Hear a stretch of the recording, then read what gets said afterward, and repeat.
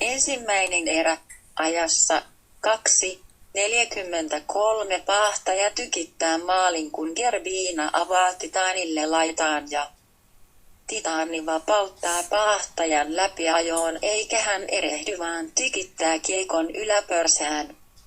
Heitti. Pahtajan maalin jälkeen Raikli pääsee rokottamaan ja tasoittaa tilanteeksi 1-1. Eikä aikaakaan, kun pahtaja pääsee jälleen latomaan kiekon maaliin ja taas syöttäjinä olivat Titani ja Gerbiina.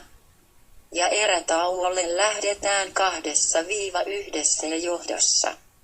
Toinen erä, Rögle nukahtaa heti erän alussa ja antaa helpon maalin Michaelille, kun peliä on pelattu 14 sekuntia. Ja yllätyskäänne tulee ajassa 2:30 kun todellinen hillomunkki tulee viivasta ja ujeltaa Röglen maalinvahdin jalkojen välistä. Titani kuitenkin toi Röglen vielä tasoihin kauniilla vedollaan ja erätauolle 3-3 tilanteesta.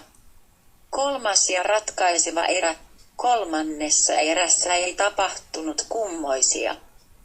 Vain yksi maali ja siitä vastasi Titani, joka toi voiton Röglelle.